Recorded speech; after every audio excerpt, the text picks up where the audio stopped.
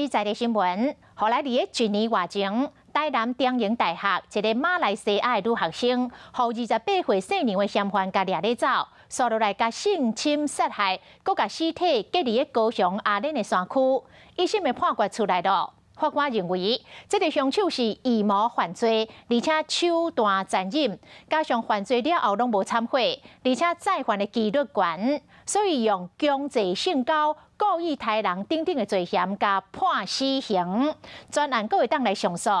这个消息传登于马来西亚，女大学生的妈妈脑梗啊甜，讲伊敢若想要查囝转来，其他伊啥物拢会当歪。你为什么要杀他？我感觉很后悔。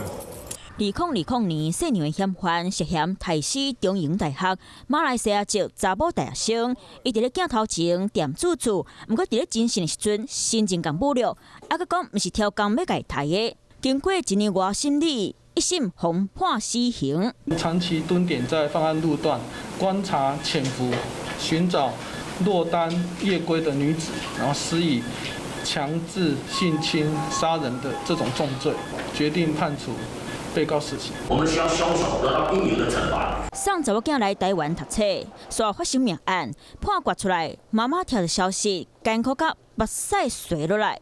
我只想要我女儿，我其他的我什么都可以不要。这个判决满意了，也知道还有第二审、第三审还要等。去年10月底，姓郑的查某大学生要回去宿舍时，叫人压走、侮辱，互杀死了后，尸体佫互拼血杀。嫌犯伫咧犯案进前，特别压人未遂，想要到一审级犯罪手法，手段残忍，佫无看到有后悔意思。法官感觉伊会佫犯，再犯几率高，社会危害程度高。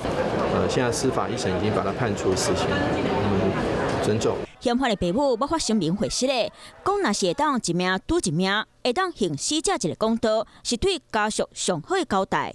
即摆凶手一审红判死刑，不过对死者的家属来讲，宝贝查某囝永远袂阁回来。